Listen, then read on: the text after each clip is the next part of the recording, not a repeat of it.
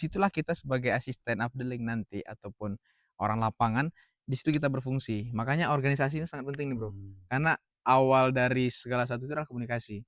Nah, kalau jam kerja itu bisa kapan pun lah, dan kita harus siap juga jadi apapun, Bro. Ya, itu Di sih. jam 24 jam yang tersedia ini, kadang kita jadi bomber, bisa ya kan?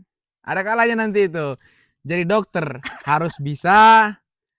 Jadi orang tua yang kita ini Wajib, lajang, bukan Bro. lagi bisa, Harus bisa. wajib. Jadi saksi nikah, Bro. Saksi nikah. Jadi orang pengadilan pun harus untuk menceraikan orang suami istri. Iya, Itu harus bisa. betul, betul. Dan sama Sosial yang itu. paling gimana ya? Lu bayangin, Bro. Ada orang umur 40 tahun konsul masalah rumah tangga ke anak 20-an tahun, Bro. Dan mereka itu percaya lagi gitu. Nah, ada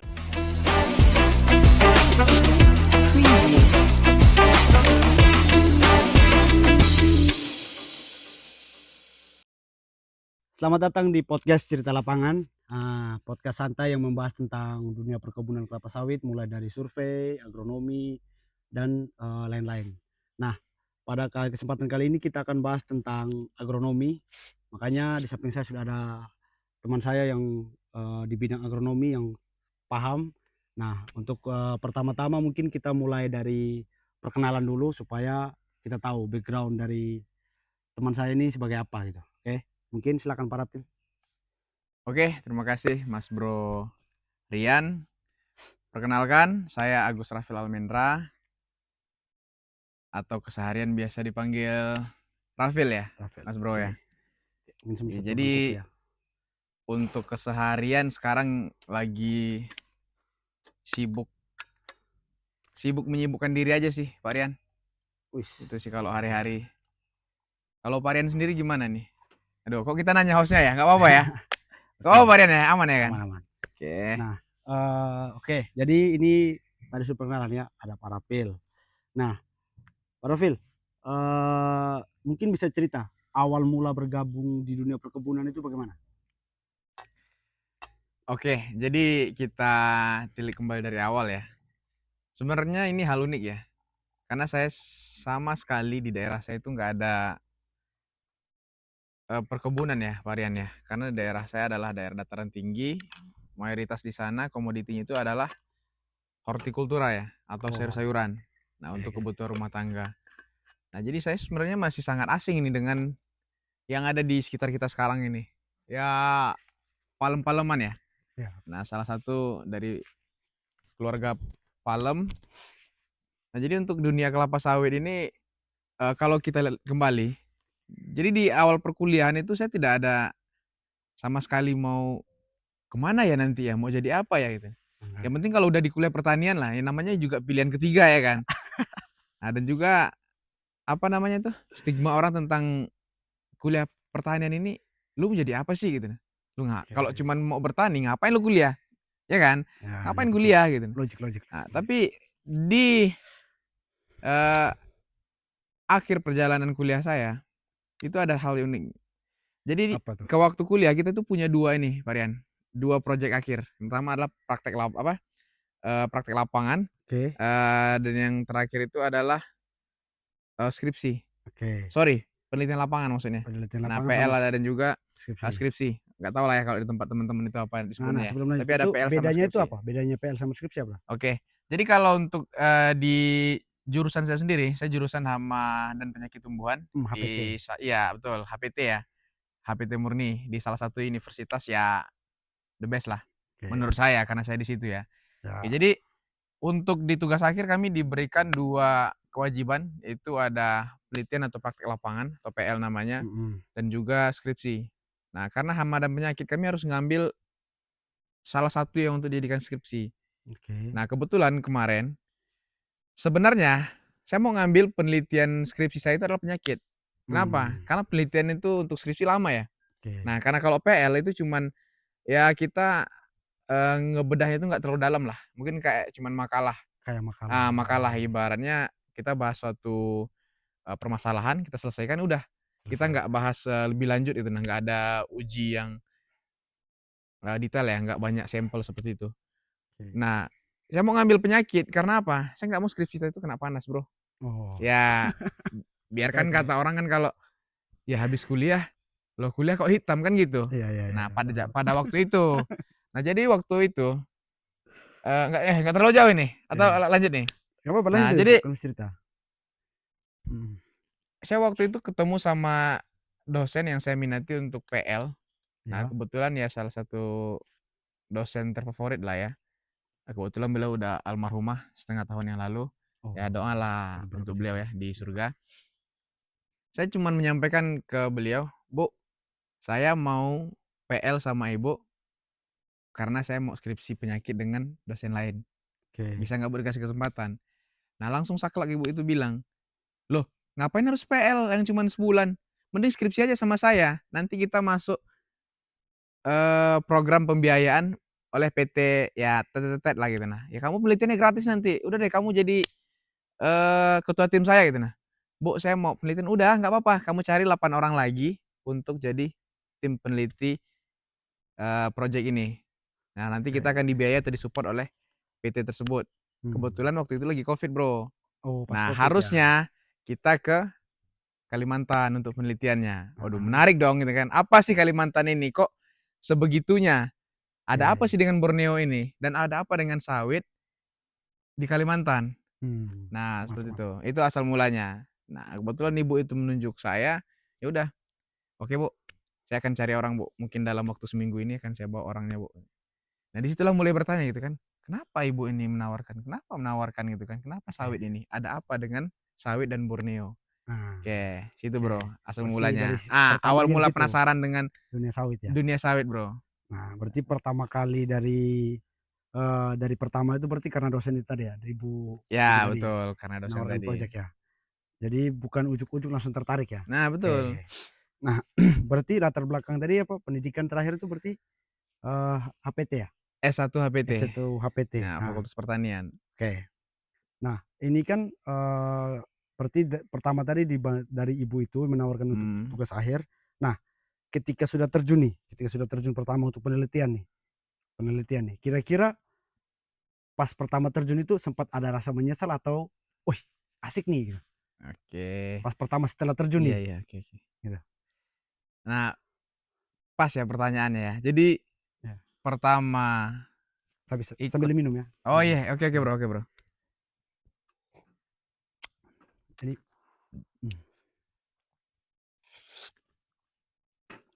Oke, kita lanjut ya bro ya. iya lanjut lanjut. Jadi kesan pertama, yang pertama muncul betul ya, penyesalan. Oh, oke Iya, penyesalan yang pertama. oke Loh, oke. penelitian apaan ini gitu kan? Mhm. Ngapain aja nih? Loh kok di sini gitu nah. Jadi waktu itu kami di salah satu wilayah di Sumatera, kebetulan eh, lagi COVID. Nah, Ya, otomatis kita cuma dapat pembiayaan dari PT yang disebut tadi di Kalimantan. mhm. Nah, karena penelitiannya di Sumsel, kok nyebut daerah ya? Nggak Oh. apa-apa nggak apa-apa. Nah, karena di salah satu wilayah di Di Sumatera Sumatera tersebut Selatan, di areal kampus kita. mhm. Jadi nggak, aduh ngapain kalau penelitian di sini ya nggak usah ngambil sama ibu ini dong gitu kan. Ya ngapain gitu nah. Nah, dari Ya, situlah mulai melihat ke belakang kan, ada nggak ya alumni kita yang bekerja di kebun kelapa sawit gitu. oke. Lihat-lihat ke belakang ternyata di beberapa generasi terakhir itu bisa dibilang minim lah. Nah, Oh, terakhir itu di 2 angkatan di bawah saya, itu dia kalau nggak salah masuk perkebunan kelapa sawit pun ya kayaknya nggak terlalu wah banget gitu ya kan. mhm. Oh, di perkebunan kelapa sawit, iya, di daerahnya terpencil tuh, Iya iya, jauh gitu kan. Dan juga dia pun kalau akses ke kota susah gitu. iya. Nah, muncul dong itu nah. Ya udah ngapain sih masuk sawit gitu kan? Ngapain sih tertarik dengan sawit? Nah, cuman karena jiwa penasaran tadi kuat nih, Bro. Iya iya iya, pasti penasaran. Nah, jadi kan kita nanti penelitiannya di lapangan nih. Mhm, Dan ternyata di lapangan itu kita cuma nyari sampel untuk penelitian. Nah, di situ mulai oke. tertarik nih. Karena saya sukanya di lab kan. Iya iya Nah, iya. jadi pertama penelitian itu kami langsung ditujukan ke laboratorium khusus Heeh, ya sama dosennya langsung sih. iya. Jadi disiapkan kami ruangan khusus, laboratorium dengan peralatan lengkap. Nanti kami di situ tuh neliti hama dari kelapa sawit tadi. Hmm. Nah, hari-hari berikutnya seminggu, 2 minggu, sebulan gitu kan, sampai bulan kedua, mulai tertarik nih, loh kenapa ya kita harus teliti ini gitu nah, kenapa ya gitu nah.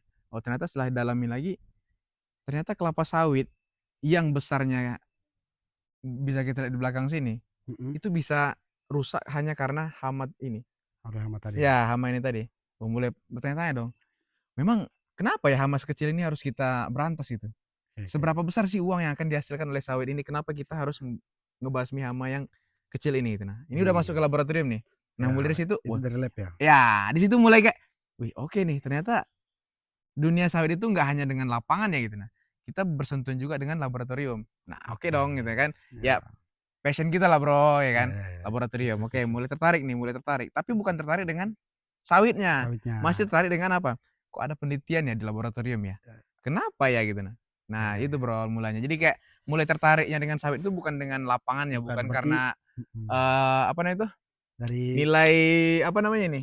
nilai Ya rupiah yang dihasilkan mhm, lah, tapi apa? Dengan hal-hal menarik yang bisa terjadi. dihasilkan oleh sawit Ya, melalui laboratorium. betul. Gitu, Bro. Berarti berangkat dari masalah tadi hama itu ya? Nah, betul, Makanya Bro. kok kok berarti gara-gara ini bisa pengaruhnya segini buat sawit gitu kan? Iya, Jadi dari situ pertama ya? Bukan berangkat dari lapangan memang? betul bukan berangkat di lapangan Oke. karena kembali lagi tadi basic saya sendiri di perkuliahan juga kan hama penyakit tumbuhan, itu Ah, rata-rata kami adalah hortikultura. Ada sih ya. perkebunan, tapi perkebunan itu dibahas nggak terlalu rinci lah. Nah, mungkin kalaupun ada ya peminatan lah paling nanti di Mmm, tugas akhir gitu. oke. Gitu, Bro. Nah, berarti tadi okelah, berarti tadi sempat ada penyesalan, tetapi karena di lab, Hmm, dia, merasa tertantang kok gara-gara hama si kecil ini bisa pengaruhnya segini kan. iya betul. Nah, sekarang nih kita lihat, kan ini tadi dari background pendidikan, Iya. penelitian semua sudah dijelaskan kan. Nah sekarang ini, bagaimana sampai bisa masuk di perkebunan? Maksudnya itu adakah melalui tes kah? Atau Mhm. diajak sama senior kah? Atau melalui apa gitu mungkin bisa di-sharing? Oke, kembali ke pengalaman unik ya. Mhm, Mungkin perjalanan yang saya udah sampai di titik sekarang lah, termasuk oke, mungkin Pak Rian lah ya. Mungkin kita beda lah ya kan. mhm, Saya walaupun basic pertanian, kebetulan di kampus saya kemarin, itu kita nggak ada magang, Bro. oh tidak ada magang, Khusus oke jurusan saya gitu. Nah, jadi kita nggak ada magangnya. oke, Jadi, eee, minim pengalaman banget gitu. mhm, Nah, gimana lu orang pertanian sebagai praktisi lapangan, tapi lu nggak ada bekal gitu. oke, Nah, mulai mencari-cari nih gitu. Nah, apa ya yang berhubungan dengan kuliah saya, tapi, saya bisa belajar lapangan lagi. Nah, oke. karena basic-nya hama penyakit tumbuhan itu kawan-kawan, itu mereka rata-rata di laboratorium. Oh di lab ya? Iya Nah, teman-teman, 70-nya lah, 70% itu mereka di laboratorium. Karena di lapangan itu mereka hanya, eee, identifikasi gejala. Nah, nanti mereka mmm, adalah untuk identifikasi lebih rincinya itu mereka di laboratorium, dari hasil lab ya? mulai dari penyebab penyakitnya itu entah dari jamur, entah dari bakteri ataupun, eee, mikroba-mikroba lainnya lah, gitu. Mhm, Nah, jadi, eee, kenapa sampai mana tadi ya? yang itu, Apa tuh? masuk ke Oh dalam ya, dunia perkebunan ini lewat jalur senior, atau enggak lewat enggak. tes, atau ada ajakan dulu gitu? Tadi apa itu ya? Levelnya itu dari mana itu? Tadi apa Bang sebut? Yang tadi, Kok pertanyaan Pak, aku terlalu ngelantur aku Pak, nggak ngelantur ya? apa-apa, langsung itu tadi. Nah, jadi pertanyaannya itu, Pak, maksudnya bagaimana para pertama bergabung di dunia perkebunan yang besar, di perusahaan, itu para itu ada tes kah sebelumnya? Atau diajak senior kah? Atau ada jalur lain gitu yang bisa, Oke. supaya teman-teman juga bisa tahu kayak cara bergabung di dunia di perkebunan itu lewat jalur mana aja gitu, ada berapa jalur gitu, Mmm, gitu. oke jadi kalau untuk masuk dunia perkebunan ya, jadi di akhir tadi, karena saya harus jadi praktisi lapangan, jadi kita mulai mencari-cari nih gitu, nah di mana ya tempat yang bisa membekali kita seorang, apa ya, orang yang teoritis mungkin ya, kalau Ya, yang dari dari lab kan? perkuliahan ya gitu. Mhm, Nah, karena kita akan menjadi praktisi lapangan nih, mulai nih mhm. muncul kata-kata apa, manajemen trainee. Oh, gitu bro, manajemen manajemen trainee trainee. ya. Ya kan, apa sih manajemen trainee itu? Oke. Ternyata di manajemen trainee ini kita bukan dididik aja ya gitu nah, tapi kita adalah dilatih mulai dari nol. Oke. Ibaratnya kalaupun kita Fresh udah graduate ya? iya, terus ini untuk fresh graduate ini. Untuk fresh Mhm. graduate itu sangat-sangat terbuka lebar. Nah, Oke rata-rata mereka pun mengambilnya fresh graduate. Karena oke. apa? Minim pengalaman bukan berarti minim potensi, Bro. Ya, Nah, betul gitu ya. betul betul. Jadi, eee, di situ di manajemen trainee itu kita disiapkan, dibekali dan juga, memang ditujukan untuk orang-orang yang pengen masuk dunia perkebunan ataupun mungkin MT lain Oke juga ada ya. Kalau yang kemarin itu perkebunan, ya memang dibentuk dari nol. Kalaupun mungkin udah pernah kerja ataupun pernah magang tempat lain itu, ya itu gambaran lah. Nah, nanti kita oke. ya di suatu perusahaan kalau misalnya MT itu bakal bukakan lagi ini nah dari nol. Ini Oke. loh gitu nah SOP-nya, kamu masuk perkebunan inilah harus dilakukan pertama kali Mmm, sampai dengan akhirnya nanti jadi uang. Nah, bicara tentang yang MT-nya ini, Bro. mhm. Nah, Kebetulan, eee, karena saya tadi juga nggak ada link senior, nggak ada oke. juga mau ikut siapa sih di sini gitu nah. Mhm. Dan juga kan kalau misalnya di kampung nggak tahu nih, ya kebun sawit itu ngapain gitu nah. Ya, Nah, jadi modal betul. penasaran, pokoknya 1 hari setelah yudisium atau 2 bulan menunggu wisuda ya, itu saya targetkan pokoknya saya harus daftar MT perkebunan minimal 15 MT dalam 1 hari. Apapun pokoknya. Oke. Oh, Nah, berarti kebetulan MT-nya bukan cuman perkebunan ya, tapi di mhm, dalam itu pasti harus ada MT perkebunan. perkebunan di Oh, setiap harinya, 15 setiap harinya, berarti sampai para sebelum Fil wisuda. ini sebelum lulus udah daftar gitu? Sebelum lulus kuliah, sebelum wisuda? Daftar ya, bukan lulus Ya ya? Ya ya, daftar, sebelum udah daftar daftar. wisuda udah Nah, daftar, MT, perkebunan. Nah, perkebunan itu. MT. Nah, berarti oh, berarti tidak harus nunggu lulus dulu baru bisa daftar MT ya? Iya, yang Udah? penting itu kita, dikasih surat telah selesai mengikuti seminar akhir. Oh, Nah, itu skripsi kan gitu? udah ada itu nilai-nilai dari Mmm. 7 semester 6 semester ke belakang atau 7 semester ke belakang dari KHS kita, Oke. atau orang nyebutnya sekarang mungkin IPS ya, Mhm. indeks prestasi sementara gitu ya. Oh, oke. Nah, kurang lebihnya seperti itu. Nah Nanti ditambah dengan skripsi baru muncullah IPK. Kurang lebihnya udah tergambar sih di situ. nah itu Mereka ya butuh itu teman-teman, aja. maksudnya itu teman-teman buat teman-teman, jadi, untuk daftar MT itu tidak harus menunggu teman-teman lulus. Nah, seperti Pak Rahul bilang tadi, surat keterangan, sudah mengikuti, tugas akhir itu aja, kayak misalnya skripsi Mmm. atau ya sudah ada nilai, atau KHS sementara untuk hasil nilai, itu sudah bisa dipergunakan untuk daftar MT, teman-teman. Jadi tidak harus menunggu teman-teman lulus. Itu ya, teman-teman. Nah, lanjut nih Pak Rafil, eee, ketika MT itu mungkin teman-teman nanti banyak penasaran tuh, MT itu dites apa aja sih yang dites? Mhm. Nah, itu kan mereka kan baru lulus, Iya. fresh graduate kan.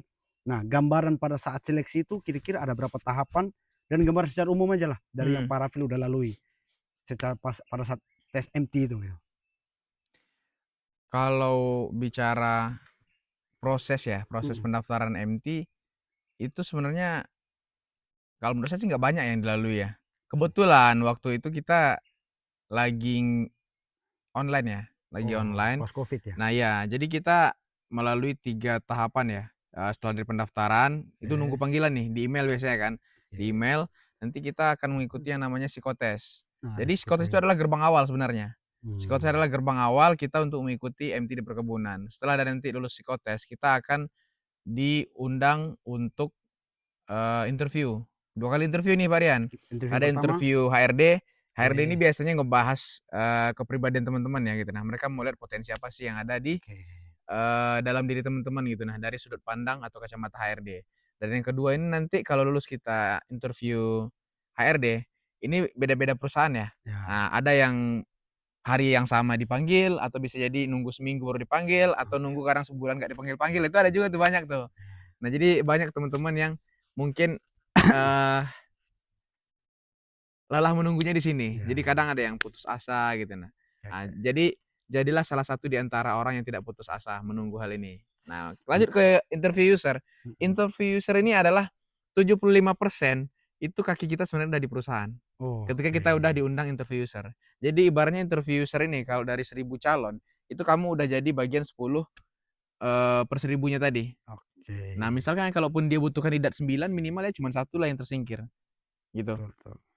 Nah, jadi interview user ini kita udah sama pemilik nih ataupun nanti orang yang bakal jadi atasan kita. Seperti halnya Oh, level manager ataupun GM up lah kalau di perkebunan. Jadi mereka nanti bakal nanya nih, itu mereka bukan nanya tentang kepribadian lagi, tapi apa? Hal apa sih yang ada dalam diri kita berkaitan dengan perkebunan? Kalaupun ada, bagus banget gitu. Nah, ya harusnya karena orang pertanian harusnya ada lah ya bekalnya iya. gitu. Nah, ataupun mungkin yang nanti bisa berkaitan dengan perkebunan. Nah, nanti setelah dari interview user ini, itu bakal kita rata-rata nunggu seminggu sih Pak Rian. Seminggu ya? Nah, seminggu. Seminggu nanti kita nunggu itu bakal ada informasi di email untuk melakukan medical check up kalau lulus. Oke, Kalau lulus. Nah, kalau udah medical check up, itu kita udah 99% lulus nih. lulus ya, Lulus. 1%-nya apa? Ya 1%-nya hasil medical check up-nya lah. hasil medical check up. Nah, medical check up ini sangat menentukan ya, karena nanti di sini teman-teman bakal dilihat kesehatan mulai dari apa ya? Fisik. Fisik luar dan juga bagian dalam ya. Nah, terutama nih jangan sampai nanti teman-teman yang pakai kacamata itu putus asa. Bukan berarti nggak bisa di perkebunan. Oke, Mungkin ada sub ataupun bagian lain di perkebunan, nggak harus di lapangan, tapi teman-teman bisa masuk di sana. Jadi nggak usah putus asa. Ah, udah pakai kacamata nggak bisa di perkebunan nih, Pak Rian. oke, Nah, oke, jadi pas nih. masih bisa lah. Nah, dan terakhir nanti setelah MCU, kalau misalnya hasil MCU-nya lulus, itu nanti kita bakal dikabarin lagi untuk offering letter biasanya. Ternyata ya. Itu isinya biasanya kalau yang ke Kalimantan, izin untuk meninggalkan rumah, Oke, ikut Kalimantan. Nah, nanti dikasihlah situ kontak orang tua dan disitulah jadwal kapan harus berangkat ke kebun. kebun. Nah, itu Ya, adalah awal kita diterima di perkebunan. oke. Nah, ini Hmm. para Pil. Satu ini nih, yang paling penting, semua proses dari pendaftaran sampai dengan cek kesehatan dan juga keberangkatan harusnya di perkebunan itu kalau legal ya, itu gratis Pak Rian. Gratis, tidak Iya, dipungut biaya kita ya? nggak ngeluarin Itu biaya dia yang mau apapun. ditanya. Oke. Mhm, Berarti ketika kita selama proses berapa tahap itu tidak mhm. pernah dipungut biaya sedikit pun kan? Harusnya Atau sering? nggak ada dipungut biaya sih, karena Oke, dari YouTube yang saya lihat pun, nggak nggak pernah ada sih. yang punya biaya sih ya. Ya, Nggak perusahaan tahu lah ya kalau ya, misalnya mau masuk PT, ya. mungkin ada, Tapi rata-rata kalau perkebunan yang sudah sekelas PT jarang sih. Pasti dia tidak jarang. pernah memungut biaya. Gitu. Harusnya nggak mungut biaya sih Ya. gitu. Nah, ini terkait kan banyak juga beberapa teman-teman yang tanya nih. Tadi kan ada Mhm, beberapa tes kan, salah satu psikotes. Itu banyak beberapa teman-teman yang tanya di komen-komen itu. Itu katanya psikotes itu tesnya apa sih? Katanya. mhm, Persiapannya apa sih? Apa sih yang perlu dipersiapkan ketika psikotes? Nah, itu sering-sering tanya. Ada di iya. DM atau di komen di TikTok atau di mana tuh tanya terkait itu. Gitu. Atau mereka tanya persiapannya apa? Kira-kira menurut para Fil, apa sih yang perlu dipersiapkan buat psikotes? Gitu. Psikotes di perkebunan ya. Ya, psikotes di perkebunan. Jadi psikotes perkebunan ataupun psikotes kerja itu sebenarnya pada dasarnya, keseluruhan ya kalau yang udah dilewatin ya, saya nggak Ya, sering juga sih psikotes gitu. Tapi rata-rata sama, ya namanya psikotes, tes ini ya, kepribadian. kepribadian. Nah, jadi kurang lebihnya sama aja teman-teman. Jadi kalau misalnya mau masuk perkuliahan itu kan mungkin ada beberapa kampus tuh yang psikotes juga, atau misalnya mau, kayak tes IQ itu ada Oke, psikotesnya juga. betul. Jadi rata-rata sama, dan kalau menurut saya sih kuncinya itu bukan belajar Bro. Ya, Nah, kalau belajar itu ya mungkin untuk pembiasaan ya, tapi oke. intinya kalau kita mau psikotes itu adalah istirahat aja yang cukup. Strategi Karena cukup yang ya. dikuras itu sebenarnya bukan fisik lagi tapi apa, otak. Nah, dan kalau otak kita itu tenang, istirahatnya cukup, ya harusnya Bisa kita bisa berpikir. ini nah, jalanin psikotesnya itu tadi, Oh, gitu Pak Rian. Ketenangan aja sih butuhnya sebenarnya. berarti sebenarnya kalau dari untuk teman-teman yang mau menjalani psikotes, Mmm, sebenarnya itu kalau teman-teman perlu siapkan diri dan tenang aja. Sedangkan untuk yang belajar-belajar yaitu jangan sampai jadi kayak tujuan utama gitu iya belajar, iya, benar benar tapi benar. kita sendiri tidak tenang akhirnya. Istirahat kurang akhirnya gara-gara kita begadang buat belajar, malah nggak maksimal juga ya. Benar benar. Berarti belajar secukupnya, kalau bisa istirahat yang maksimal, gitu Lebih supaya ke kita bisa mengerjakan itu dengan baik. iya iya, benar. Lebih ke polanya aja sih. Hmm, Karena rata-rata kalau untuk psikotes, kalaupun yang hitung-hitungan ya itu matematika dasar aja sih, tambah ya, kurang kali bagi gitu betul, aja. Cuman ya otak kita diputar. logika, Nah betul. gitu. Lebih ke logikanya aja sih. Harusnya ya kalau cowok-cowok logikanya inilah ya gitu. Udah tembus lah, udah Iya, aman kalau lah. masalah feeling ya itu cewek lah yang kuat. Gitu kan, Bro? Betul, Bro. Nah nah ini Sambil minum, Bro, ya? Terkait tadi kan MT-nya perkebunan, ya kan? Nah, apakah yang bisa masuk di kebun itu hanya orang-orang pertanian atau orang apa? Atau Hmm. siapa sih kira-kira orang yang bisa masuk ke perkebunan kelapa sawit Kalau yang bisa dari masuk ke keseharian yang Pak perkebunan sudah lihat ya? kelapa sawit ya. Jadi nggak menutup kemungkinan kelapa sawit ini hanya berhubungan dengan pertanian. Nggak gitu Oke, juga. Namanya kalau misalnya ada orang inti di lapangan, tentu harus ada juga orang supportnya gitu, oke. Bro. Nah, orang support Nah, itu orang yang bagaimana?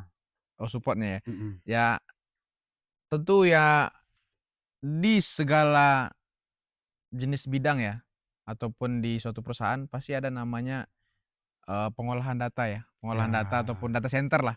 Nah, oke, data center ini kan banyak lagi nih bagian-bagiannya. Mulai betul, dari data keuangan juga ada di sana, data mhm, karyawan ada di sana, ataupun data-data rekap produksi lah. Itu ada ya oke, bagian masing-masing tuh, Bro. Ada nanti oh, di bagian HRGA-nya atau PGA, ada bagian nanti finance-nya atau keuangannya, ada mhm, nanti data laporan yang khusus ya rekap daily activity lah, daily oke, activity dan juga untuk sebagai penghubung lah oke, antara masyarakat juga dengan perusahaan itu ada nanti kita ada oke, corporate social responsibility atau CSR, CSR. oh, ya, Nah, dan juga untuk lahan yang luas ini kan kita nggak bisa ngontrol semua nih, Barian. ya, Ya betul, mungkin secara land-nya atau di lahannya kita bisa tahu nih, oh ya, di sini, sini. Tapi kita harus punya juga yang namanya surveyor. Nah, oke, inilah salah satu surveyor nah, kita ya, yang apa ya? Ini bakat unik lah kalau saya bilang. Nggak semua orang bisa. Semua orang pengen jadi survei, tapi tidak semua orang bisa ahli dalam survei. ya, Nah, jadi betul, saya salah satu sepakat, orang yang beruntung nih bisa satu apa ya? sama satu Cluster rumah, ya, satu cluster rumah, sama ini ya, sama orang ya, hebat dah kayak Varian survei. Jadi itu ya. Jadi banyak oke, dari background pendidikan yang bisa masuk ke perkebunan selain selain dari pertanian pertanian, sendiri ya, seperti halnya ekonomi, hmm, itu tadi ya, ya, di bagian manajemennya gitu. Nah, oke, itu ada manajemen sumber daya, ada manajemen keuangan di situ ya kan. ya, Ada juga betul, nanti dari hukum, itu untuk ya, rata-ratanya CSR, di CSR gitu. oke, Nah, ada juga kalau sekarang ya, sekarang di bagian perkebunan pun perikanan pun masuk, Bro. ya, Ya, karena betul, betul, CSR betul, sekarang kita udahlah pengembangan masyarakat itu bukan cuma dari ya bantuan ini, ada CSR ya, nih bantuan enggak gitu lagi kita, Bro. betul, Tapi betul, kita adalah memberdayakan apa sih potensi yang ada di di sekitar desa perkebunan itu ya, kelapa sawit. Nah, hmm, kebetulan sekarang di tempat saya yang sekarang lah ya, ya, di tempat kita ini, itu development-nya kita udah ke arah eee, potensi daerah misalnya perikanan, oke, sayur-sayuran gitu. Nah, itu ada betul, divisi Komdev tuh, Bro, kalau di di hmm, tempat, kita yang sekarang. oke, Jadi nggak menutup kemungkinan bahkan di tambang-tambang pun sekarang, Bro, udah itu ada, pertanian dipakai loh. ya, Ya itu tadi, untuk Komdevnya tadi, ya, betul, betul.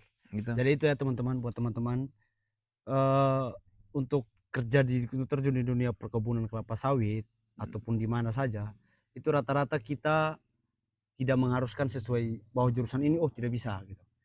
Semua tergantung kembali ke teman-teman. Kalau teman-teman bisa cari tahu lebih dalam atau cari tahu apa sih perusahaan ini bergerak di bidang apa, nanti teman-teman bisa lihat di situ perusahaan itu sangat sangat lengkap. Contohnya di yang tempatnya kami.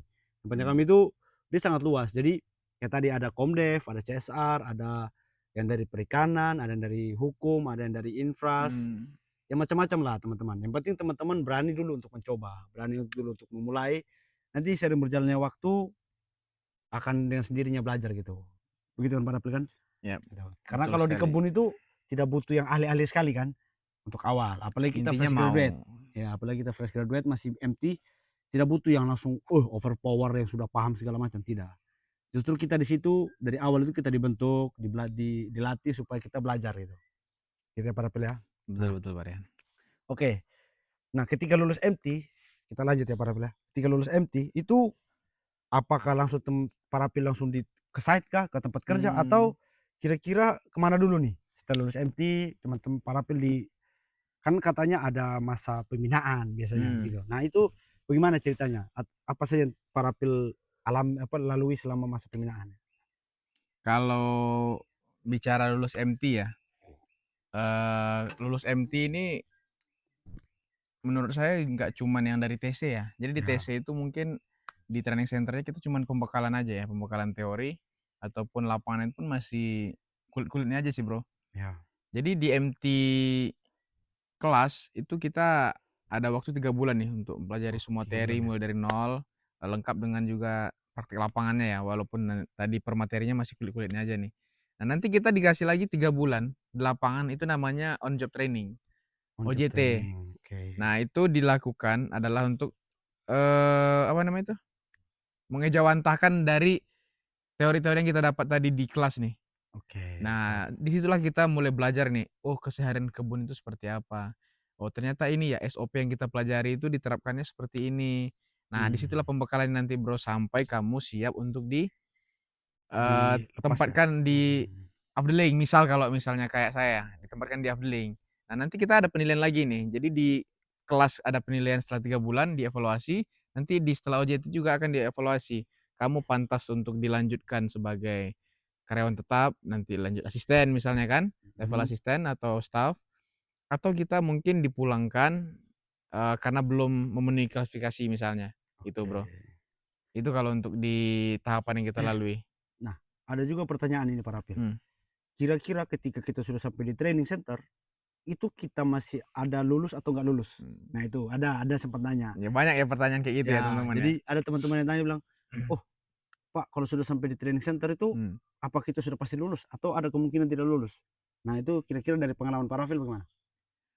kalau pengalaman ya, bukan pengalaman sih ya, Ya, ngelihat dari dilihat dari apa yang ada. apa yang ada ya, harusnya sih nggak ada yang nggak lulus ya.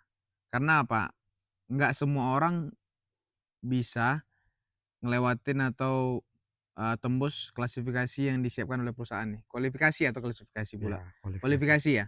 Ya, Nah, jadi harusnya orang-orang yang terpilih ini bisa lolos semua sih, Bro, mhm, lolos semua. Cuman kan di lapangan kita nggak tahu ya, keseharian ataupun aktivitas itu ada yang bertolak belakang dengan kepribadian misalnya gitu oke. kan. Ada orang yang nggak, dia suka di lapangan tapi nggak suka sepi gitu nah, tempatnya sepi, Ah, harus ngumpul terus nih. Di perkebunan kita nggak selalu kayak gitu. betul, Ada kalanya nanti kita harus menjalankan tugas secara mandiri mandiri. gitu. Nah, walaupun nanti ada yang di bagian timnya, karena kita harus bisa manage waktu sama manage orang, Oke, dua-dua nih. betul betul betul. Nah, jadi kalau kita misalnya sudah bisa mengaturkan people-nya, ya kita harus bisa dulu apa, sebelumnya kita harus bisa ngatur diri kita Diri. dulu nih. Nah, nanti bakal ketemu tuh, ada orang yang capek dengan aktivitasnya, ada juga orang yang capek dengan tidak melakukan aktivitas. Nah, jadi dia Ah, harus aktivitas terus nih. Nah, di iya, perkebunan nanti kita akan dilatih hal seperti itu. Hal-hal yang mungkin di luar nalar ya. Kita beraktivitas ketika orang lain istirahat, itu sering, iya, sering. betul. Tapi nanti akan kita dapatkan jawabannya ketika kita ada di lapangan. Iya, Nah, bicara yang lulus, ada nggak yang nggak lulus itu? Nah, ada. Banyak nggak? Ya ada aja lah gitu, nah banyak sih nggak gitu. enggak Nah, juga. tapi itu kembali lagi ke konsep awal ya. Intinya kalau di perkebunan itu mau sih gitu. Nah, kalau Ah, misalnya yang pintar tuh banyak. ya, Banyak, betul. rata-rata pintar semua. Tapi kalau ujung-ujungnya ketika udah di perkebunan itu lebih banyak yang nggak maunya. Mhm, Satu, nggak mau repot. ya, Dua, nggak mau apa ya, nggak mau mencoba lah gitu. Ya ya, karena di perkebunan ini sebenarnya kan apa ya, kerjaan yang kita lakukan satu hari ini dengan 100 hari ke depan itu kurang lebihnya sama. Kalau kita di ya, lapangan ya. betul. Nah gitu. Bahkan yang 100 hari ini dengan 1 tahun ke depan itu kurang lebih sama. Jadi lebih ke rutinitas. Nah, orang-orang yang mungkin nggak biasa dalam lingkungan yang statis lah kalau saya Yang bilang itu ya, kan, enggak, ya berulang. itu aja yang berulang gitu kan. Mungkin dia akan bosan. Nah, itu sih biasanya yang, kelihatan jiwa-jiwanya itu waktu OJT lah. "Wah, ini nggak pantas nih Mhm, dilulusin," gitu nah. "Oh, ini nggak bisa nih berbaur dengan, orang lain nih. Oh, ini nggak bisa nih, dia cuman bisanya kerja sendiri aja nih." Nah, ada kalanya nanti kita bisa harus kerja sendiri dan kebanyakan itu kita lebih kerja sama tim sebenarnya. oke, betul Nah ya. gitu Bro. Jadi tetap ada aja kesempatan untuk yang nggak Nggak lulus. lulus, lalu ada Bukan karena dia nggak mhm, kompeten, enggak, tapi apa, karena mungkin dia, nggak nggak cocok, mau ya, tadi ya. Kalau nggak cocok ya harusnya sih nggak cocok semua ya, namanya ya, biasa dari kota ke kebun Bro, nggak iya. ada orang Nah, oke, gitu. ini penasaran nih, mau tanya nih. Pada saat masuk, pas saat Mhm. sudah selesai UJT semua, hal yang paling mengejutkan buat Pak Rafil itu apa sih? Mungkin yang, "Oh gini kali," gitu, "kok, Ya, gini kali culture kebun ini." culture shock-nya gitu ya. Ya, apa sih? Adakah? Mmm, kalau hal pertama ya yang mungkin membuat saya Terkejut itu kayak, terkejut ya, kok kaget, gini kali kebun?" lebih ke orang-orang yang di TC sih yang pertama itu. Oh ya. Nah, saya terkejutnya kayak, "Loh orang-orang ini udah pernah masuk kebun semua ya?" Gitu nah. Lah terus aku nanti mau ngapain gitu nah, aku nggak punya pengalaman nih. Nah, yang Mmm, muncul benak saya waktu itu adalah, apa iya saya bisa, apa bersaing namanya itu, bersaing. bersaing di sini nanti? Apa iya saya bisa masuk dari salah satu bagian nanti yang diluluskan? Nah itu tuh yang pertama itu. Yang kedua kayak, oh ternyata di perkebunan itu kerjaannya siang malam ya gitu. Mmm, Siang malam tapi kita masih bisa ngatur istirahat kita, gitu. Jadi nanti ada orang yang menyebut di kebun itu kita harus kerja 24 jam.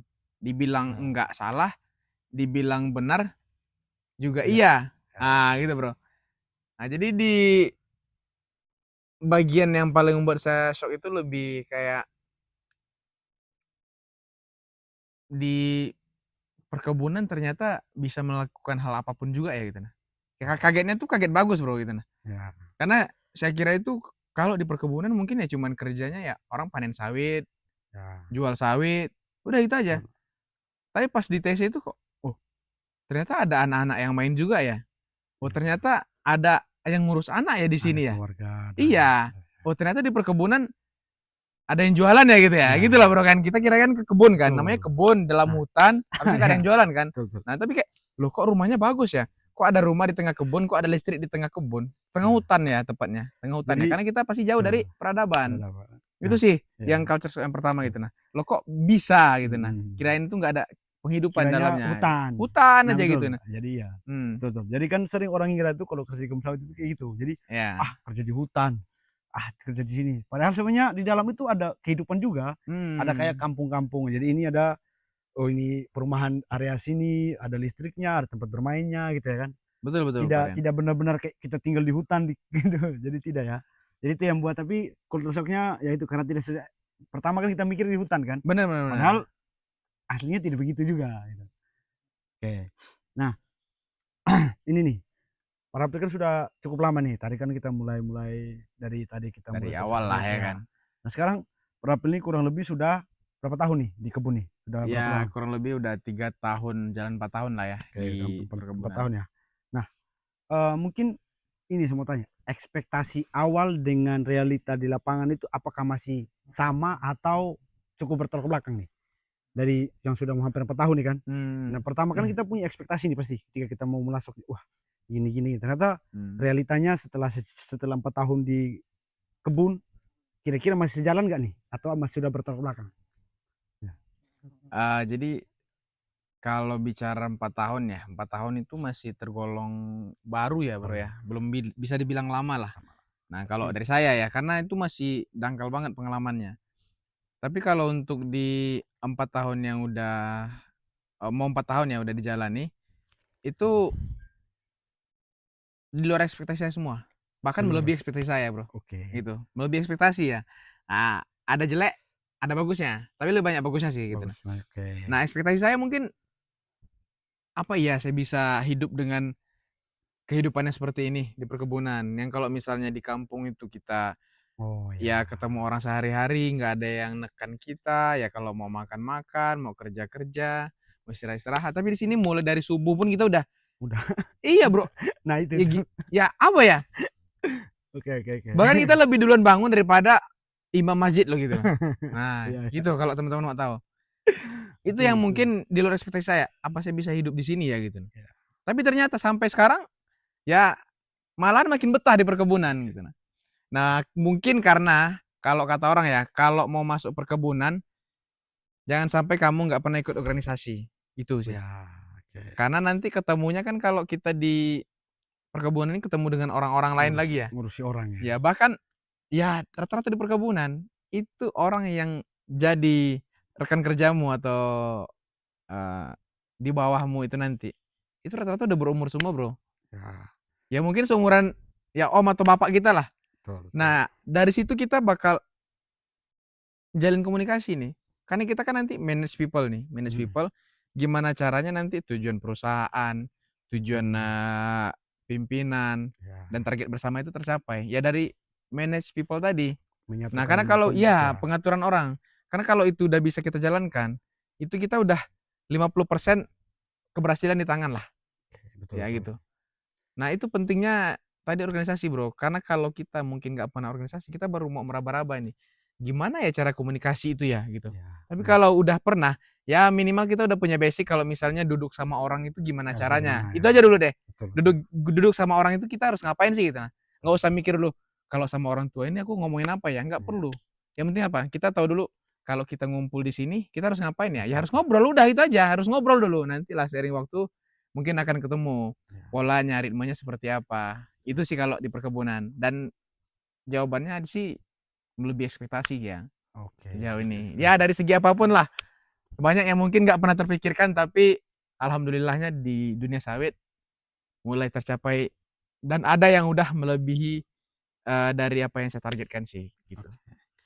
Oke, mantap. Nah, tadi ini berkaitan, tadi kan sempat singgung bahas jam nih. Nah, Ya, kebetulan kita sebelum masuk nih. Nah, saya ingin tahu sih, bukan saya sih, mungkin teman-teman ingin tahu bagaimana sih eh, rutinitas atau kita nih di kenapa di kerja di kebun nih, start kerjanya itu kita mulai itu dari jam berapa, terus sampai di jam berapa. Nah, mungkin sekalian sama aktivitas apa sih yang sering kita lakukan di kebun itu. Nah, itu Oke, mungkin dari Parafil bisa beritahu ke teman-teman.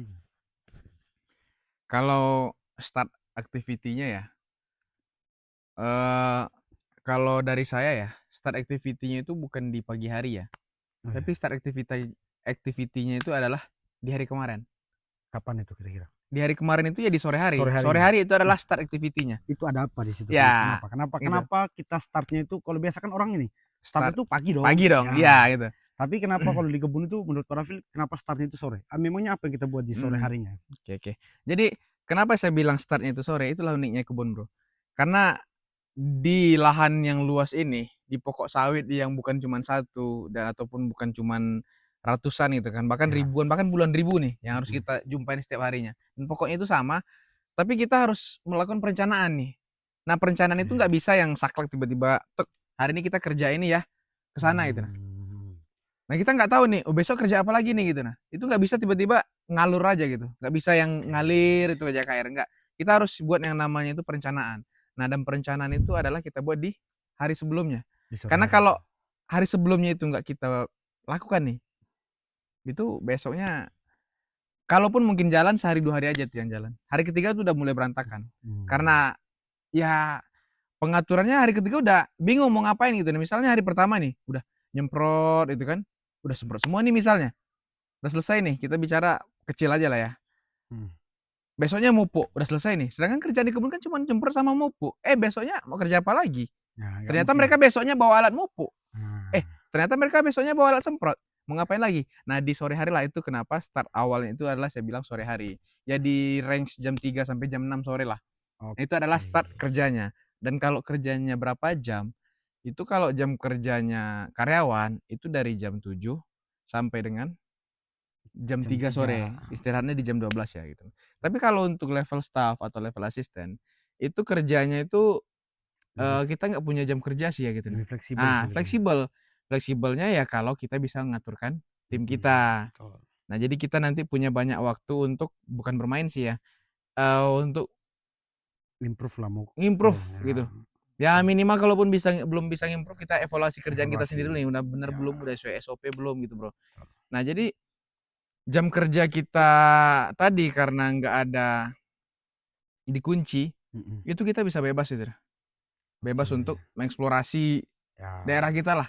Mulai dari people-nya ataupun mungkin kalau saya sih lebih ke living condition gitu nah. Ah. Kenapa? Ngapain kita manage orang tapi kita lupa orang ini tempatnya di mana sih gitu nah. Ya. Nah, jadi apa? Living condition orangnya tadi dulu ini kita beresin gitu nah. Oke. Nah, karena kalau lahan ini kan apa ya? Gitu-gitu aja dia. Iya, Tinggal tergantung workplace-nya lah mennya gitu kan tuh tempat ya. kerjanya gitu nah. Jadi eh kita kembalikan lagi ternyata yang membuat mereka bertahan itu bukan atasan, Bro. Ya, Tapi apa? Kembali ke kenyamanan. kenyamanan. Nah, Betul. kenyamanan. Nah, kenyamanan itu tumbuh dari mana? Tempat istirahat. Betul. Nah, Sepakat, jadi sepakat. itu sih yang perlu kita bikin terlebih dahulu. Gimana caranya living condition mereka itu sesuai dengan apa yang mereka butuhkan ya. Ya bukan yang Oke. mereka harapkan ya, tapi apa yang mereka butuhkan. Butuhkan. Kalau Oke. misalnya di situ ya mereka perlunya air ya kita kasih air. Jangan Ya. kamu kasih minyak. Ya. Gitu. Gitu sih. Oke. Nah, dan itu semua nanti juga berawal dari komunikasi. Ya. Karena kita nggak tahu nih ya mungkin di yang ada sekarang itu belum tentu kebutuhan mereka tercukupi. Ya, Tapi betul. apa? Dari komunikasi tadi, itu bakal ketemu nih nanti ini. Bakal Betul. ketemu eh apa Kira-kira sih apa yang sih? jadi kebutuhan mereka itu. Nah, disitulah kita sebagai asisten afdeling nanti ataupun orang lapangan, di situ kita berfungsi. Makanya organisasi ini sangat penting nih, Bro. Hmm, Karena awal dari segala sesuatu itu adalah komunikasi. ya, Nah, betul. kalau jam kerja itu bisa kapanpun lah. Dan kita harus siap juga jadi apapun, Bro. Ya, itu Di sih. jam 24 jam yang tersedia ini, kadang kita jadi bomber, bisa ya kan? Ada kalanya nanti itu. Jadi dokter harus bisa, jadi orang tua yang kita ini Wajib, lajang, bukan Bro. lagi bisa, Harus bisa. wajib. Jadi saksi nikah, Bro. Saksi nikah. Jadi orang pengadilan pun harus untuk menceraikan apa ya orang suami istri Iya, itu harus bisa. betul, betul. Dan sama Sosial yang itu. paling gimana ya? Lu bayangin, Bro. Ada orang umur 40 tahun konsul masalah rumah tangga ke anak 20-an tahun, Bro. Dan mereka itu percaya lagi gitu nah. Nah, dan itu adalah apa ya? Nggak terbentuk cuma-cuma. Betul, betul, Pasti betul. dari serangkaian proses. Kenapa Betul. ya ini bisa dilakukan gitu nah. Ya. Nah, itu juga yang saya bilang itu kayak melebihi ekspektasi saya gitu nah. Hmm, Nah, gitu, Bro. betul, betul. Itu kurang lebihnya. Oh, itu sepakat sih. Betul. Hmm. Nah, oke ya, teman-teman. Just info ya. Ini tadi sebelum terjawab. Oke, Bro. Eh Geser, nih, Bro. just info bahwa kerja di kebun kelapa sawit itu unik. Karena di mana tempat kau tinggal, di situ tempat kau kerja. Nah, itu tadi. Makanya tadi para bilang kenyamanan itu paling penting. Gitu. Hmm. Jadi itu ya, just info bahwa kita tinggal di mana, disitulah area kerja kita kalau di kebun kelapa sawit. Beda dengan mungkin kalau kita kerja kantoran ya, atau kerja di tambang beda. Gitu. Jadi itu hal unik di sawit. Nah, ini mau tanya nih Pak Rafael terkait untuk pertanyaan selanjutnya ya. Berarti kalau dari tadi berarti kita lebih ke bagaimana Pak Rafael manage orang, bagaimana cara. Nah, kira-kira nih dari serangkaian tadi kita pergi kegiatan di lapangan, itu hal yang paling mempengaruhi produksi dari kelapa sawit itu apa sih? Apakah dengan tadi kegiatan tadi atau ada kegiatan apa sih? Kira-kira yang oh ini nih jangan sampai terlewat, ini nih jangan sampai salah nih. Kalau tidak ya ya tadi kita tidak produksinya berkurang gitu. Oke. Kalau kita bicara hal yang paling penting ya, kalau tentang produksi ya, yang paling mempengaruhi ya. Ya. Pertama yang paling mempengaruhi itu dari orang sih ya. Oh Orang. berarti men ya? Iya, mennya. Oke. Nah, itu kenapa dari orang? Ya, Oh ada istilah kita kan? Salah iya, terpotong. Apa istilahnya kita? man boy, Nah man men boy. boy. Nah itu. Jadi itu adalah Gitu. itu yang paling berpengaruh ya. Coba kita Kenapa? mulai men boy. M itu apa? Nah, Kita mulai jadi untuk bertahap. M ini adalah matahari, Bro. Oke matahari. Matahari ya. Kenapa matahari ini sangat berpengaruh untuk di perkebunan kelapa sawit? Karena ya namanya semua yang punya zat hijau daun ini itu dia sangat butuh matahari. Nah, karena apa? Dia Oke. masak makanan itu dari Fotosintesis ya. fotosintesis. Dari matahari. Ya, ini kita udah bahas lebih detail nih sebenarnya, Bro. Sebenarnya Ya. kalau dari orang tadi, saya cuma mau nyebutin dua nih, cuman karena si Oke. Bro Langsung kita ya kan. bonus. Nah, Jadi kita langsung ini detail. nggak semua ini nggak di sharing Di di mana-mana itu. mana-mana. Cuman Nah, kita terus detail di sini. ya betul. Jadi jangan lupa tonton video ini sampai habis ya. Ya. Nah, sebenarnya setelah dari orang tadi, itu yang paling penting untuk ataupun pengaruh produksi itu dua aja sih. Dua ya. Kalau Pupuk sama produksi semprotnya. dua aja ya kalau Iya, produksi. dua aja kalau Pupuk di sama lot tuh. semprot. Pupuk sama semprotnya. Cuman kan nggak Karena yang ini dia tiba-tiba kita bisa ya, nyemprot, nggak yang tiba-tiba bisa mupuk gitu. karena Lahan yang dieksekusi sama orang, iya makanya kenapa betul. orang tadi pilih. Nah, kan dia Alasan susah sama itu. orang gitu. Nah, percuma Oke. juga kita ada pupuk, percuma kita ada racun tapi nggak ada orangnya. Oke, Nah, gitu. betul. Oke, kembali ke yang tadi ya. Jadi bonus untuk teman-teman nih. Ya, kalaupun ada versi lainnya silakan di komen aja ya. Dilengkapi kita sharing aja. Jadi untuk yang pertama tadi matahari udah ya. Matahari itu udah pasti untuk pencahayaan ataupun masak makanan lah. Nah, walaupun nanti kita pupuk sawitnya ataupun kita kasih masukan dari tanah lah gitu, kita kasih nutrisi dari tanah, tetap yang namanya tanaman itu dia bisa memasak makanannya sendiri. Tetap dia butuh dari daunnya. Nah, yang kedua apa, Bro? Apa? Nutrisi. Air. Air. Air. Nah, air itu sangat penting nih. Khususnya sawit ya. Iya, sawit, Bro. Jadi sawit ini ada orang juga yang bilang, "Oh, sawit itu penyebab banjir." Enggak, Bro. Enggak ada sawit itu penyebab banjir. Jadi sawit itu adalah tanaman yang sangat-sangat butuh banyak air setiap harinya. Cuman nanti saya lupa ya, nanti kita searching lagi, nanti kita tampilin di sebelah sini. Oke, nanti kita ada bawa ya. Kebutuhan airnya nanti dibantu tambahin aja deh, Bro Rian. Oke, Sebelah sini aman. kebutuhan air sawit satu hari itu kurang lebihnya berapa. Jadi walaupun sawit ini di daerah yang panas, tapi dia juga butuh curah hujan yang cukup tinggi. Ya. Karena kebutuhan airnya itu ya kita bilang tadi banyak. Nah, dan juga akar-akar sawit ini itu sangat bisa untuk mengikat tanah. Gitu, Bro. Karena otomatis kalau dia nggak ikat tanah, dia mau nyerap air dari mana, Bro? Gitu. Nah, dan juga tadi kalau air ya, kalau sawit ini pun kurang air, otomatis nanti bakal berpengaruh ke produksinya juga. Gitu. Nah, karena kalau lahannya kering nih, kering, tandus, ataupun nggak ada kelembaban di sana gitu, itu pupuk yang kita kasih pun juga nggak bakal diserap, Bro. Tanahnya kering, ya panas gitu, panas Malah terus itu. nguap Nah, dia. nggak ada, iya malah nguap dia gitu. Nah, jadi apa? Yang namanya soft grass ataupun pakisan itu kan bagian untuk menyimpan air itu, nah, karena Buat kelembaban itu ada di kelembapannya ya, sana. Gitu. jaga Jadi air kelembapan. itu bukan cuman air yang tergenang, air yang turun dari langit, enggak. Tapi apa? Kelembaban yang ada di tanah itu adalah bagian dari airnya juga. Karena pupuk itu bukan karena dia kita tabur jadi apa namanya? Langsung jadi nutrisi. Iya, jadi nutrisi enggak. Sama juga dengan kita. Kita kalau misalnya makan nggak ada minum misalnya. Iya. Kita nggak bisa nelan, Bro, gitu. Nah, nggak bisa Iya. juga tiba-tiba diproses di lambung gitu. Nah, malah busuk ya kan. Nah, jadi apa? Tanaman pun butuh yang namanya air ataupun Air. kelembaban. Nah, itu untuk nyerap pupuk tadi. Nah, yang ketiga ini apa tadi? N. Nutrisi. Nah, nutrisi. Nah, nutrisi dari mana? Nutrisi ini ya dari pupuk tadi. Bisa pupuk Nah, itu bisa pupuk organik, iya, bisa pupuk pupuk organik dan juga pupuk anorganik. ya, Nah, pupuk organik itu yang paling sering kita jumpain lapangan itu dari mana ya? Dari pelepah. ya. Nah, dari pelepah ini kita Pelepah-pelepah ini ya. iya, banyak banget lah gitu. Jadi fungsinya banyak nih, Varian. Jadi pelepah ini nggak cuman untuk jadi pupuk organik, tapi dia ini juga sebagai eh penanda akar itu banyaknya di mana. Oh ya, gitu. Ya, karena di pelepah ini adalah tempat kita menambahkan nutrisi Oh, tempat anorganik nih. pupuk ya. Iya. Jadi di perkebunan kelapa sawit itu sangat-sangat teratur gitu. Pelepah disusun seperti yang kita lihat di kamera ini. Yang ini. Tujuannya ada semua. Kenapa ditaruh di sana, kenapa ditaruh di sini, kenapa nggak di sini gitu. Nah, ini kan jalur panen yang kita lewatin ini. Ada akarnya, ada, tapi apa? Pasti penyerapannya nggak maksimal. Makanya pupuk nggak kita tabur di sini. Kenapa kita taruh di situ? Karena di situ adalah penyerapan nutrisi yang paling optimal dilakukan oleh kelapa sawit. Dan supaya kalau misalnya pun di arealnya mungkin nggak rata seperti ini ya, itu sawit itu mencengkeram lebih kuat. Karena akar itu akan tumbuh ke tempat-tempat yang dimana banyak nutrisinya, Bro. Nah, gitu, kurang lebihnya gitu. Nah, nanti ditambahin ya teman-teman ya, kalau ada versi lain fungsi pelepahnya ya gitu. Nah, apa tadi, Bro? Men. B. B itu apa? Barang. B, barang. Jadi barang ini pun barang apa Dia ya? meliputi kayak misalnya apa jalur akses panen barang. Jadi dia kalau di tempat kami itu B itu dia meliputi barang-barang misalnya kayak TPH, tempat pengumpulan hasil. Itu dia masukin dalam klasifikasi barang.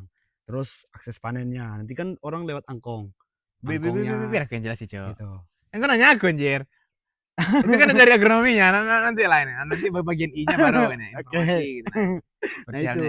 Jadi nanti untuk lebih detailnya tetap Parapil karena saya sebagai survei hanya tahu kulit-kulitnya aja. Cuman Kakak jelaskan dulu, detailnya kalau B tadi barang nih. Orang tuh apa tadi tuh? orang itu berkaitan sama orangnya, men tadi, Ya, apa sama itu? manusianya. Jadi manusianya itu cukup tidak gitu biasa. Oh, ini ya, Ya, MPE-nya, MPP-nya untuk gitu. tadi misalnya pada bilang tadi contoh orang pupuknya ada tapi orang yang memupuk nggak ada. Nah itu dari segi orang. Sedangkan Informasi. kalau segi informasi itu komunikasi antara atasan bawahan gitu. Jadi Oke. Parapil itu nanti dia bisa bagus-bagus sekali kalau bagaimana bisa dari tadi bisa penuhi semua itu gitu. Mungkin Parapil bisa jelaskan detail itu pengaplikasian barang bagaimana, pengaplikasian orang itu bagaimana, terus informasi itu apa sih kalau di lapangan. Karena ini cukup beda background nih. Kalau mungkin dari saya informasi di survei beda sama informasi yang di lapangan. Mungkin jadi kita mau dengar dari Parapil dulu dari segi barang sama orang dan informasi di lapangan itu apa sih gitu. Barang tadi apa? Kalau barang harus apa? terkait akses angkong gitu. Oke. Oke, jadi kita lanjut ya. Jadi kalau misalnya tadi yang keempat itu apa? B ya? Barang B ya. barang. Jadi barang ini adalah sawitnya ini nah. Sawitnya. Apa namanya itu janjangnya, Oke, TBS-nya oke. ini. Mau kita apakan nih gitu kan. Nah, tentu harus barang itu kita harus tahu dulu nih. Betul. Kemana dia? Melalui pasar pikul ini Hmm, kita harus bawa kemana nih barang ini? Harus kita bawa ke TPH. Nah, dan kalau di situ kita lihat jalurnya harus seperti apa? Ya harus datar, ya harus betul. terarah. Nggak yang tiba-tiba pasar pikulnya ataupun jalur angkongnya lurus, tiba-tiba belok ke sini, Belok. itu Ya, berarti arus barangnya nggak bakal ngalir gitu. Nah, yang betul. namanya arus barang ya harus tahu Harus ujungnya tahu di mana, ujungnya di mana. hulunya di mana, hilirnya di mana itu harus tahu kita, Bro. Betul. Nah, gitu. Dan juga orang ya. Orang. Oh, nah orang itu lebih ke kecukupan manusianya. Mm-mm. Nah, kita kembali tadi nih, pupuk misalnya, kita punya pupuk sekian banyak, Ya, lengkap, tapi kita nggak punya orang, ya siapa yang mau nabur pupuknya? ya. Gitu Berarti juga dengan produksi, kita udah kasih pupuk, kita airnya udah cukup, mataharinya udah cukup, tapi betul. orangnya nggak ada. Ya, nggak Siapa ada. yang mau manen buah, Bro? Jadi Betul, itu betul. adalah ini, Satu siklus ya. manpower-nya. Iya, Manpower kita harus cukupin juga. Nah, itu tadi, makanya saya bilang kalau saya itu tadi orang, nah cuman kalau versi detailnya, ya, kita sebutin dari awal-awal dulu nih tadi, kayak tadi ya, kan. Nah, betul. orang. Jadi apa, kalau semuanya orang udah cukup, harusnya segala apapun yang menjadi target kita tuh bisa kita capai. Betul. Ya, karena kita udah siapin semua. Mm-mm. Mulai dari, sawitnya ataupun kebutuhan nutrisinya, kita udah siapin nih. Nah, tinggal orangnya lagi nih, bisa memaksimalkan nggak gitu. Nah, di situ masuk peran staff atau asisten. Hmm, Gimana caranya kita bisa me-manage orang ini untuk menjalankan fungsi yang tadi, hmm. main B-nya tadi tuh. Nah, yang Oke. terakhir kalau udah ada orangnya, udah lengkap, kita perlu yang namanya I. Dari main boy tadi, I-nya penting, informasi. Ya, Nah, karena kalaupun misalnya di lapangan ya, itu nggak semuanya berjalan mulus 100%. 90% mungkin bisa, tapi 100% itu nggak bisa. Perlu ada yang namanya informasi. Informasi yang seperti apa? Informasi apabila ada kendala di lapangan. ya, Karena itu bakal menghambat produksi, Bro. betul. Misal di lahan sawit kita ini, di pasar pikul yang rata ini, tempat keluar angkong yang rata ini, tiba-tiba ada sawit yang tumbang. Ada sawit yang tumbang nih misalnya.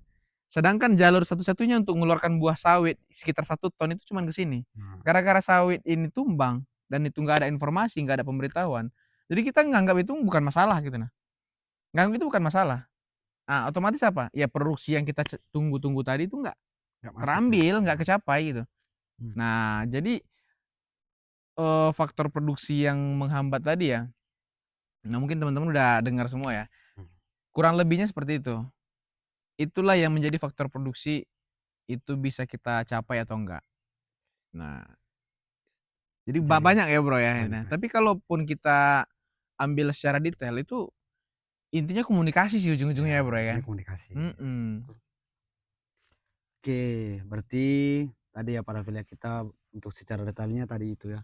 Nah sekarang ini kita sudah masuk sisi serius Mhm. tadi ya. Sekarang apa? Kira-kira selama para affiliate 4 tahun nih, ada tidak Mhm. pengalaman lucu di kebun? Ada tidak pengalaman lucu di kebun? Kalau Pengalaman lucu nih atau unik pengalaman nih, lucu apa ya. nih? Ada tidak? Ini banyak ya pengalaman lucu di kebun Pak Apa? Rian ya. Salah satu bangunkan orang. Ya, pengalaman lucu dan mengesalkan sih ya kalau itu ya gitu nah. Jadi di perkebunan itu bukan hanya tentang kerja, kerja dan kerja ya. Jadi nanti kita akan diajari bagaimana kita hidup berdampingan ya. Ya. Nah, seperti halnya kami. Jadi sebenarnya kami ini satu rumah ya, walaupun beda kamar itu ya. Jadi kami ini ya secara budaya berbeda, secara Ya, kebiasaan juga berbeda. Ya agama pun kami berbeda gitu nah, tapi kami bisa disatukan gitu nah. betul. Dan kami punya keunikan tersendiri. Betul. Kalau saya orangnya yang harusnya kerja sampai malam, tapi saya nggak bisa begadang. Saya paling nggak bisa begadang ini. Nah ini orangnya hobi begadang, tapi nggak bisa bangun cepat. Nah di situ kami saling melengkapinya. Jadi ketika saya butuh untuk waktu lebih panjang, saya andelin dia nih. Ya. Tapi dia Enggak. apapun ceritanya, mau tidur cepat, mau tidur lambat, itu saya harus nendang pintunya, Bro. Itu bukan kejadian lucu sih, itu lebih ke mengesalkan sih, Bro. Ini. Tapi karena udah kebiasaan ya, kadang kalau pagi itu nggak nendang pintu tuh nggak asik, Bro. Gak sih. Iya. Jadi udah Udah tahu jadi nih pokoknya kata Sandi nih. iya. Jadi rumah itu yang paling cepat hancur itu kalau di rumah kami, kalau kalian mau tahu, itu adalah pintu. Pintu kamarnya Pak Rian. Ya, itu sih kalau yang lucu. Kalau yang lainnya sih berkesan semua ya, Bro, ya. Seru-seru ya. Karena di kebun sawit tadi kalau kita nikmati, kalau kita jalani dengan ya sepenuh hati lah, itu jadi pengalaman semua. Mungkin bukan sekarang aja. Ya, Oh, betul. entah nanti kamu eh, nggak lanjut di perkebunan kelapa sawit bakal jadi bekal lah, bekal kehidupan. Betul. Karena apa? Hidup di sawit yang serba kekurangan ini itu kita betul-betul diajarin cara apa ya? Survive. Survive. Caranya jadi manusia itu kita bisa lihat di Betul. sini. Kita bisa memanusiakan manusia itu salah satunya di perkebunan. Nah, disitulah kita eh bisa mengenali diri kita sendiri. Itu, Bro. Kalau lucunya sih banyak ya. Mungkin kayak karena saking lucunya setiap hari gitu ya. Jadi kita udah bingung nih mana lagi yang lucu gitu nah. Udah lucu semua, Bro. Lucu Ya semua. lucunya apa? Lucunya kok aku bisa sampai saat ini di sini gitu loh. Ngapain di 4 hutan? Lu tahun. nyari apa di hutan gitu ya. 4 tahun ya kan? Asli. Kacau jadi. Nah.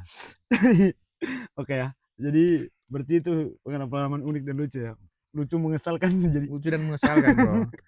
Nah, ini pernah tidak kalau ini kan para film megang lahan berapa nih? Berapa ribu hektar? Berapa ratus hektar? Kalau sebelumnya saya megang 672 hektar ya. Kalau sekarang sih agak menurun ya.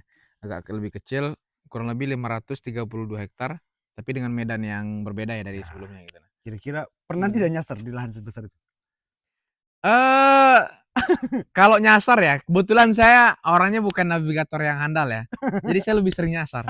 Bahkan sampai sekarang, saya bisa kalau misalnya saya bisa mengenali tempat, tapi saya tidak ataupun sangat susah untuk ngapalin jalur Jalannya gitu. ya.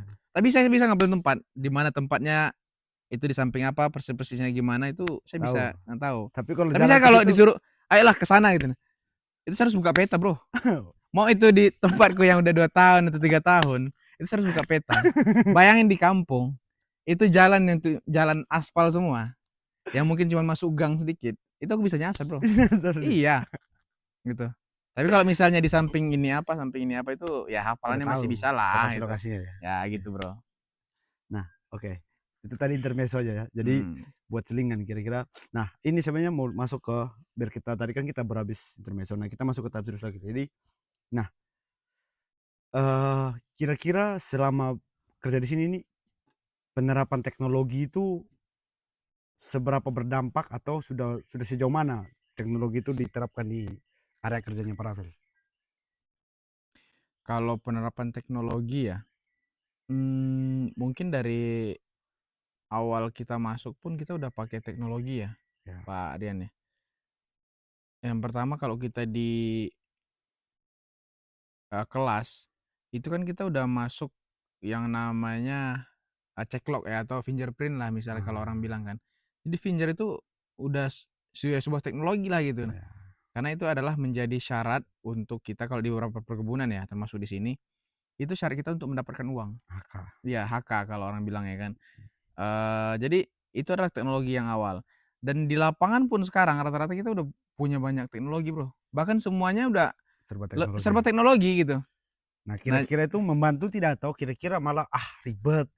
Karena ada kan begitu. Karena kan gini, teknologi kadang ketika berpapasan di waktu yang tidak tepat, malah kita jadi terbebani ketika SDM-nya tidak siap. iya Tapi ya. ketika siap, malah jadi powerful dia. Nah, kalau yang dari pengalamannya para Fili, kira-kira, mantap kali nih atau masih kurang.